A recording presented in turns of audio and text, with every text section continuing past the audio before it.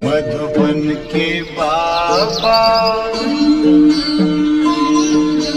मधुबन के बाबा, मुरली वाले आपका क्या कहना, आपका क्या कहना।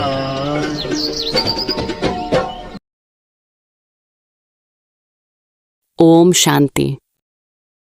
आज है सोमवार 24 जून 2024। सबसे पहले सुनेंगे आज की मुरली का मुख्य पॉइंट्स को। आज प्यारे बाप दादा कहते हैं, मीठे बच्चे बाप दादा से स्नेह है तो स्नेह में पुराने जहान को कुर्बान कर दो। आज बाबा बहुत अच्छी बात बच्चों को कहते हैं। चाहे और कुछ भी ज्ञान के विस्तार को जान नहीं सकते व सुना नहीं सकते, लेकिन एक शब्द बाबा दिल से माना और दिल से औरों को सुनाया तो विशेष आत्मा बन गए। आज भगवान कहते हैं, पवित्रता रूपी गुण को धारण कर डायरेक्टर के डायरेक्शंस पर चलते रहो तो देवताए किंगडम में आ जाएंगे, यानी कि सतयुग में आ जाएंगे। आज बाबा कहते हैं, अच्छे बीज डालो तो फल अच्छा मिलेगा। जब कर्म अच्छा होगा फिर जो बोएंगे उसका फल अच्छा मिलेगा। अगर कर्म रूपी बीज में ताकत नहीं होगी, कर्म बुरे बोएंगे तो फल क्या मिलेगा। यह जो खा रहे हो फिर रो रहे हो, जो खाते हो उसमें ही रो रहे हो। दुख और अशांति है, इसीलिए पहले कर्म पर ध्यान दो। इसीलिए पहले कर्म करो। कर्म अच्छा होगा तो फल आपे ही अच्छा होगा। भगवान कहते हैं, सोने की चिड़िया। सारी पृथ्वी पर केवल भारत का ही कंट्रोल था। एक राज्य था, एक धर्म था। उस टाइम पूरा सुख था, अभी कहाँ है। इसलिए बाप कहते हैं, इसका डिस्ट्रक्शन करके फिर एक राज्य, एक धर्म और प्राचीन, वही नया भारत, नई दुनिया बनाता हूँ। अब सुनेंगे आज की मुरली को विस्तार से। प्रातः मुरली ओम शांति बाप दादा मधुबन। आज प्यारे बाप दादा बहुत प्यार से कहते हैं, मीठे बच्चे पवित्रता रूपी गुण को धारण कर डायरेक्टर के डायरेक्शंस पर चलते रहो तो देवताए किंगडम में आ जाएंगे। आज की ये मुरली अभी आप लोग बच्चे जो सुनेंगे वो जगदम्बा माँ, यानी हम लोग उनको प्यार से जगदम्बा मम्मा भी कहते हैं, जिनके मधुर महावाक्य को अब सुनेंगे। ओम शांति। ओम शांति। इस दुनिया को नाटक भी कहते हैं। ड्रामा कहो, नाटक कहो, खेल कहो, बात एक ही है। नाटक जो होता है वह एक ही कहानी होती है, उसमें बहुत बाय प्लॉट्स बीच में दिखाते हैं, लेकिन स्टोरी एक ही होती है। इसी तरह से यह बेहद वर्ल्ड ड्रामा है। इसको नाटक भी कहा जाता है, जिसमें हम सब एक्टर्स हैं। अभी हम एक्टर्स हैं तो एक्टर्स को नाटक का पूरा पता होना चाहिए कि किस स्टोरी पर यह शुरू होता है। हमारा यह पार्ट कहाँ से शुरू हुआ और कहाँ तक पूरा होता है, फिर उसमें समय प्रति समय किस किस एक्टर्स का कैसे कैसे पार्ट होता है, और उसका डायरेक्टर क्रिएटर कौन है, और इस नाटक में हीरो हीरोइन पार्ट किसका है, इन सब बातों का नॉलेज होना चाहिए। खाली नाटक कहने से तो काम नहीं चलेगा। नाटक है तो नाटक के हम एक्टर्स भी हैं। अगर कोई ड्रामा का एक्टर है और हम उनसे पूछें कि इसकी क्या स्टोरी है, ये कहाँ से शुरू होता है, कहाँ पूरा होता है, अगर वो कहे हमें मालूम नहीं है तो इसको क्या कहा जाएगा। कहेंगे इसको इतना भी पता नहीं है। कहता है, मैं एक्टर हूँ। एक्टर को तो सब बातों की जानकारी होनी चाहिए ना। नाटक शुरू है तो उसका अंत भी ज़रूर होगा। ऐसे नहीं शुरू हुआ है तो चलता ही चलेगा। तो इन सब चीज़ों को समझने का है। इस बेहद के नाटक का जो रचयिता है वो जानता है कि किस तरह से इस नाटक की शुरुआत हुई, इसमें मुख्य मुख्य एक्टर्स कौन हैं, और सभी एक्टर्स में हीरो एंड हीरोइन का पार्ट किसका है। ये सब बातें बाप समझा रहे हैं। ओम शांति। ये सब नॉलेज जो रोज़ क्लास में आते और सुनते हैं वो समझते हैं, उन्हों को मालूम है कि इसका पहला डायरेक्टर और क्रिएटर कौन है? क्रिएटर कहेंगे सुप्रीम सोल परमपिता परमात्मा को, लेकिन वह भी एक्टर है। उनकी एक्टिंग कौन सी है? डायरेक्टरपन की। वह एक ही बार आकर एक्टर बनता है, अभी डायरेक्टर बन करके एक्ट कर रहा है। वह कहते हैं इस नाटक की शुरुआत मैं करता हूँ। कैसे? जो प्यूरिफाइड सतयुगी दुनिया है, जिसको नई दुनिया कहते हैं, वह न्यू वर्ल्ड मैं क्रिएट करता हूँ। अभी आप सब जो भी पवित्रता को धारण करके डायरेक्टर के डायरेक्शंस पर चल रहे हो, वह सभी एक्टर्स अभी प्यूरिफाइड बन रहे हैं। फिर इन्हीं एक्टर्स के द्वारा अनेक जन्मों का चक्र चलना है। यह बाप ही समझाते हैं कि अभी पवित्र हुए मनुष्य दूसरे जन्म में देवताएं किंगडम में जाएंगे। वह किंगडम 2 युग सूर्यवंशी चंद्रवंशी रूप में चलती है। फिर वह सूर्यवंशी चंद्रवंशी एक्टर्स का पार्ट जब पूरा होता है, तब फिर थोड़ा नीचे गिरते हैं अथवा वाम मार्ग में आते हैं। फिर दूसरे धर्मों का टर्न आता है। इब्राहिम, बुद्ध, फिर क्रिश्चियन, ये सभी धर्म स्थापक नंबरवार आकर के अपना धर्म स्थापन करते हैं। तो देखो नाटक की स्टोरी कहाँ से शुरू हुई, कहाँ पूरी होती है, उसके बीच में ये दूसरे बाय प्लॉट्स कैसे चलते हैं, ये सभी वृत्तांत बैठ करके समझाते हैं। अभी यह नाटक पूरा होने पर है। वह नाटक तो 3 घंटे में पूरा होता है। इसको 5000 वर्ष लगता है, बाकी उसमें थोड़े वर्ष हैं, बस अभी उसकी तैयारी है। अभी यह नाटक पूरा होकर के फिर रिपीट होगा। तो ये सारा वृत्तांत बुद्धि में होना चाहिए, इसी को ज्ञान कहा जाता है। अभी देखो बाप आकर के नया भारत, नई दुनिया बना रहे हैं। भारत जब नया था तो इतनी बड़ी दुनिया नहीं थी, आज पुराना भारत है तो दुनिया भी पुरानी है। बाप आकर के भारत जो अविनाशी खंड है, प्राचीन अपना देश है, अब भी देश कहते हैं, क्योंकि दूसरे देशों में यह भी एक टुकड़ा हो गया है, परंतु वास्तव में सारी वर्ल्ड, सारी पृथ्वी पर एक भारत का राज्य था, जिसको कहा जाता था प्राचीन भारत। उस समय का भारत गाया हुआ है, सोने की चिड़िया। सारी पृथ्वी पर केवल भारत का ही कंट्रोल था। एक राज्य था, एक धर्म था। उस टाइम पूरा सुख था, अब भी कहाँ है। इसीलिए बाप कहते हैं इसका डिस्ट्रक्शन करके फिर एक राज्य, एक धर्म और प्राचीन वही नया भारत, नई दुनिया बनाता हूँ। समझा? उस दुनिया में कोई दुख नहीं, कोई रोग नहीं, कभी कोई अकाले मृत्यु नहीं। तो ऐसी लाइफ पाने के लिए पुरुषार्थ करो। मुफ्त में थोड़े ही मिलेगी, कुछ तो मेहनत करनी पड़ेगी। बीज बोएंगे तो पाएंगे, बोएंगे नहीं तो पाएंगे कैसे? तो यह कर्म क्षेत्र है, इस क्षेत्र में कर्मों से बोना है। जो कर्म हम बोते हैं वो फल पाते हैं। बाप कर्मों का बीज बोने का सिखला रहे हैं, जैसे खेती करना सिखलाते हैं ना। कैसे बीज डालो, कैसे उसकी संभाल करो, उसकी भी ट्रेनिंग देते हैं। तो बाप आकर के हमारे को कर्म के खेत के लिए कर्मों को कैसे बोएं उसकी ट्रेनिंग दे रहे हैं कि अपने कर्मों को ऊंच बनाओ, अच्छे बीज डालो तो फल अच्छा मिलेगा। जब कर्म अच्छा होगा फिर जो बोएंगे उसका फल अच्छा मिलेगा। अगर कर्म रूपी बीज में ताकत नहीं होगी, कर्म बुरे बोएंगे तो फल क्या मिलेगा? ये जो खा रहे हो फिर रो रहे हो, जो खाते हो उसमें ही रो रहे हो। दुख और अशांति है, कुछ ना कुछ रोग आदि खिटखिट होती ही रहती है। सब बातें मनुष्य को दुखी करती हैं ना। इसलिए बाप कहते हैं अभी तुम्हारे कर्म को मैं ऊंची क्वालिटी का बनाता हूँ।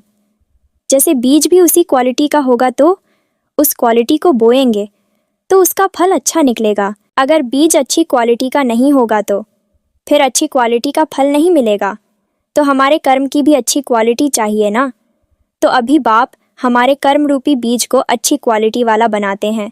तो वह श्रेष्ठ क्वालिटी का बीज अगर बोएंगे तो श्रेष्ठ फल मिलेगा। तो अपने कर्मों का जो सीड बीज है वह अच्छा बनाओ और फिर अच्छा बोना सीखो।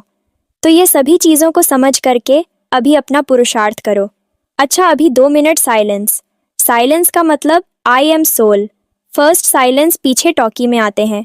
अब बाप कहते हैं फिर चलो साइलेंस वर्ल्ड। तो साइलेंस शांति अपना स्वधर्म है। उस साइलेंस में चलने के लिए कहते हैं इस देह का और देह सहित देह के संबंधों की अभी अटैचमेंट छोड़ो, उससे डिटैच हो जाओ।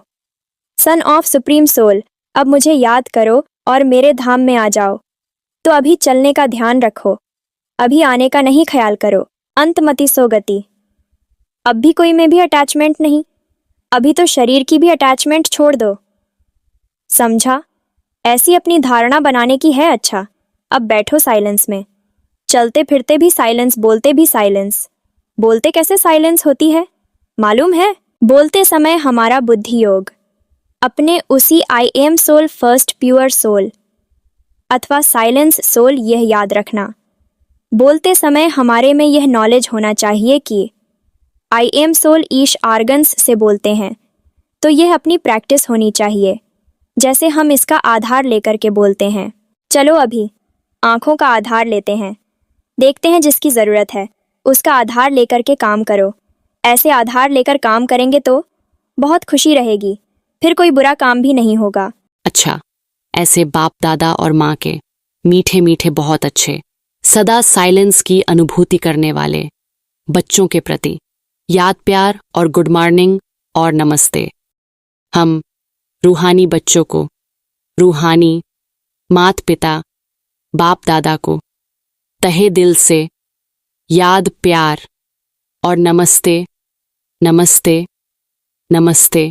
अब हम लोग सुनेंगे संदेशी के तन द्वारा आलमाइटी पिता के उच्चारित महावाक्य को, जो है मातेश्वरी जी के प्रति, यानी कि हम लोगों की प्यारी जगदम्बा मम्मा प्रति है।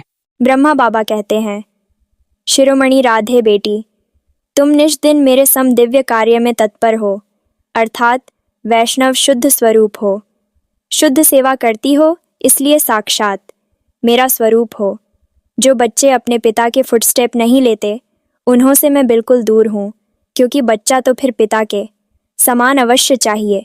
यह कायदा अभी स्थापन होता है जो सतयुग त्रेता तक चलता है, वहाँ जैसा बाप वैसा बेटा, परंतु द्वापर कलयुग में जैसा बाप वैसे बेटे नहीं होते। अभी बच्चे को बाप समान बनने का परिश्रम करना पड़ता है, मगर वहाँ तो नेचुरल ऐसा कायदा बना हुआ है, जैसा बाप वैसा बेटा, जो अनादि कायदा इस संगम समय पर ईश्वर पिता प्रत्यक्ष होकर स्थापना करता है। मधुर माली की मधुर मीठी दिव्य पुरुषार्थी बेटी, अब तुझे बहुत रमणीक स्वीटनेस बनना और बनाना है। अभी वर्ल्ड सॉवरेंटी की चाबी सेकंड में प्राप्त करना और कराना तुम्हारे हाथ में है। देखो, आलमाइटी जो हर एक जीव प्राणी का मालिक है, वो जब प्रैक्टिकल में इस कर्म क्षेत्र पर आया है, तब सारी सृष्टि हैप्पी हाउस बन जाती है। इस समय वही जीव प्राणियों का मालिक अव्यक्त रीति से सृष्टि को चला रहा है, लेकिन जब वह प्रत्यक्ष रूप में देहधारी बन मालिकपन से कर्म क्षेत्र पर आता है, तब सतयुग त्रेता के समय सभी जीव प्राणी सुखी बन जाते हैं। वहाँ सच की दरबार खुली रहती है। जिसने ईश्वरीय सुख प्राप्त करने अर्थ पुरुषार्थ किया है, उन्हों को वहाँ सदा के लिए सुख प्राप्त हो जाता है। इस समय सभी जीव प्राणियों को सुख का दान नहीं मिलता है, पुरुषार्थ ही प्रारब्ध को खींचता है। जिन्हों का ईश्वर से योग है, उन्हों को ईश्वर द्वारा संपूर्ण सुख का दान मिल जाता है। ओहो, तुम वही शक्ति हो जो अपनी ईश्वरीय ताकत का रंग दिखलाए इस आसुरी दुनिया का विनाश कर दैवी दुनिया की स्थापना कर रही हो। फिर पीछे सभी शक्तियों की महिमा निकलती है। अभी वह ताकत तुम्हारे में भर रही है। तुम सदा अपने ईश्वरीय बल और रूहाब के मर्तबे में रहो तो सदा अपार खुशी रहेगी। नित्य हर्षित मुख। तुमको नशा होना चाहिए कि मैं कौन हूँ, किसका हूँ, हमारा कितना सौभाग्य है, कितना बड़ा पद है। अभी तुम पहले सेल्फ का स्वराज्य प्राप्त करते हो, फिर सतयुग में युवराज बनेंगे, तो कितना नशा चाहिए। इस अपने भाग्य को देख खुशी में रहो। अपने लक को देखो, उससे कितनी लॉटरी मिलती है। ओहो, कितना श्रेष्ठ तेरा लक, जिस लक से वैकुंठ की लॉटरी मिल जाती है। समझा लकीएस्ट दैवी फूल बच्ची। इस सुहावने संगम समय पर स्वयं निराकार परमात्मा ने साकार में आकर यह ईश्वरीय फैक्ट्री खोली है, जहाँ से कोई भी मनुष्य अपना विनाशी ककपन दे अविनाशी ज्ञान रत्न ले सकता है। यह अविनाशी ज्ञान रत्नों की खरीदारी अति सूक्ष्म है, जिसको बुद्धि से खरीद करना है। यह कोई स्थूल वस्तु नहीं है जो इन नयनों से देखने में आए, मगर अति महीन गुप्त छिपी हुई होने के कारण इनको कोई भी लूट नहीं सकता है। ऐसा सर्वोत्तम ज्ञान खजाना प्राप्त करने से अति निरसंकल्प सुखदायक अवस्था रहती है। जब तक कोई ने यह अविनाशी ज्ञान रत्न खरीद नहीं किया है तब तक निश्चिंत बेफिक्र निरसंकल्प रह नहीं सकता। इसलिए इन अविनाशी ज्ञान रत्नों की कमाई कर अपने बुद्धि रूपी सूक्ष्म तिजोरी में धारण कर नित्य निश्चिंत रहना है। विनाशी धन में तो दुख समाया हुआ है और अविनाशी ज्ञान धन में सुख समाया हुआ है। जैसे सूर्य सागर के जल को खींचता है जो फिर ऊंचे पहाड़ों पर बरसता है, वैसे यह भी डायरेक्ट ईश्वर द्वारा वर्षा बरसती है। कहते हैं शिव की जटाओं से गंगा निकलती है, अभी इनके मुख कवंल द्वारा ज्ञान अमृत धारा बरस रही है, जिसको ही अविनाशी ईश्वरीय धारा कहा जाता है। जिससे तुम भगीरथ पुत्र पावन हो, अमर बन रहे हो।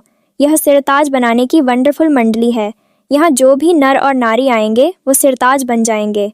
दुनिया को भी मंडली कहा जाता है। मंडल अर्थात स्थान। अब यह मंडली कहाँ टिकी हुई है? ओम आकार में अर्थात अहम स्वधर्म में, और सारी दुनिया स्वधर्म को भूल प्रकृति के धर्म में टिकी हुई है। तुम शक्तियाँ फिर प्रकृति को भूल अपने स्वधर्म में टिकी हुई हो। इस दुनिया में सभी मनुष्य निराकार ईश्वर को याद करते हैं, जिसे अपने नयनों से देखा भी नहीं है। उस निराकार में उन्हों का इतना अति प्यार रहता है जो कहते हैं, हे ईश्वर, अपने में मुझे लीन कर दो। परंतु कैसा वंडर है जो स्वयं ईश्वर जब साकार में प्रत्यक्ष हुआ है तब उनको पहचानते नहीं हैं। ईश्वर के बहुत प्यारे भक्त ऐसे कहते हैं, जिधर देखता हूँ उधर तुम ही तुम हो, भल वो देखते भी नहीं हैं। परंतु बुद्धि योग से यही महसूस करते हैं कि ईश्वर सर्वत्र है। लेकिन तुम अनुभव से कहते हो कि स्वयं निराकार ईश्वर प्रैक्टिकल साकार में यहाँ आए, पधारा है। अब सहज ही तुम मेरे से आकर मिल सकते हो। परंतु कई मेरे बच्चे भी साकार में प्रभु पिता को पहचानते नहीं हैं। उन्हें निराकार अति मीठा लगता है, परंतु वह निराकार जो अभी साकार में प्रत्यक्ष है, उसको अगर पहचान लेवें तो कितनी ना प्राप्ति कर सकते हैं, क्योंकि प्राप्ति तो फिर भी साकार से होगी।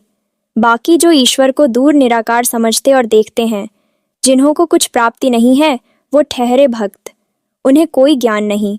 अब साकार प्रभु पिता को जानने वाले ज्ञानी बच्चे सर्वदैवी गुणों की खुशबू से भरे हुए स्वीट फ्लावर अपने प्रभु पिता पर अपना जीवन ही चढ़ा देते हैं, जिससे उन्हें जन्म जन्मांतर संपूर्ण देवताई दिव्य शोभनिक तन प्राप्त हो जाता है। सेल्फ को जानने से ही तुम्हें राइट रॉन्ग, सत्य असत्य की परख आ गई है। इस ईश्वरीय ज्ञान से ट्रुथ जबान रहती है, जिससे किसी का संगदोष चढ़ नहीं सकता। संगदोष की छाया उसके ऊपर पड़ती है जो खुद अज्ञानवश है। इस समय ट्रुथ जमाना है ही नहीं, इसीलिए किसी की जबान पर भरोसा न रख, उन्हों से लिखत लिखवाते हैं। मनुष्यों का बोल अनट्रूथ निकलता है। अगर ट्रूथ होता तो उसके महावाक्य पूजे जाते। जैसे देखो डिवाइन फादर के ट्रूथ महावाक्यों के शास्त्र बने हुए हैं, जिन्हों का गायन और पूजन चलता है। उनके ट्रुथ सत्य महावाक्यों की धारणा करने से ईश्वरीय क्वालिटी आ जाती है। न सिर्फ इतना, मगर कोई तो पढ़ते पढ़ते श्री कृष्ण का, ब्रह्मा का साक्षात्कार भी पा लेते हैं।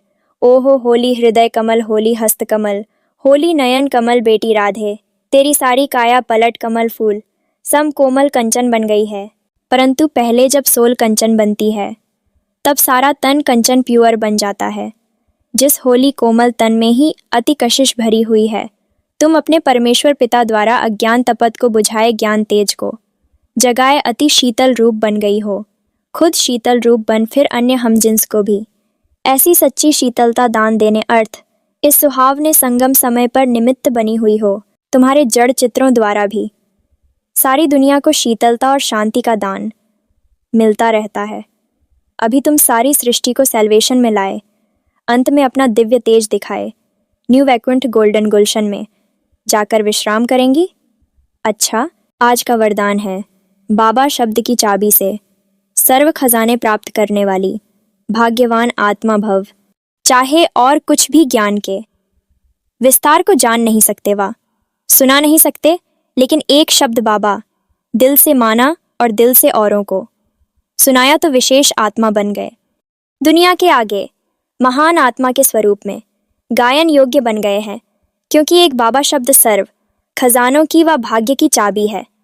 चाबी लगाने की विधि है दिल से जानना और मानना। दिल से कहो बाबा तो खजाने सदा हाजिर हैं। आज का स्लोगन है बाप दादा से स्नेह है तो स्नेह में पुराने जहान को कुर्बान कर दो। स्लोगन है बाप दादा से स्नेह है तो स्नेह में पुराने जहान को कुर्बान कर दो। आप सभी गॉडली स्टूडेंट्स को तहे दिल से बहुत बहुत थैंक्स। भगवान हमेशा आपके साथ हैं। और अब एक ज़रूरी सूचना, अगर आपने अभी तक अपने इस YouTube चैनल आज की मुरली को सब्सक्राइब नहीं किया है तो अभी ही सब्सक्राइब करें। आप जिस मोबाइल या टीवी में देख रहे हैं तो उसके ठीक नीचे यहाँ पे लाइक का बटन दबाकर लाइक कर दे और साथ में दाहिनी साइड में सब्सक्राइब बटन होगा, उस पर दबाकर चैनल को सब्सक्राइब कर दे ताकि कोई भी मुरली या बाबा का वीडियो मिस ना हो और ईश्वरीय सेवा का आनंद ले।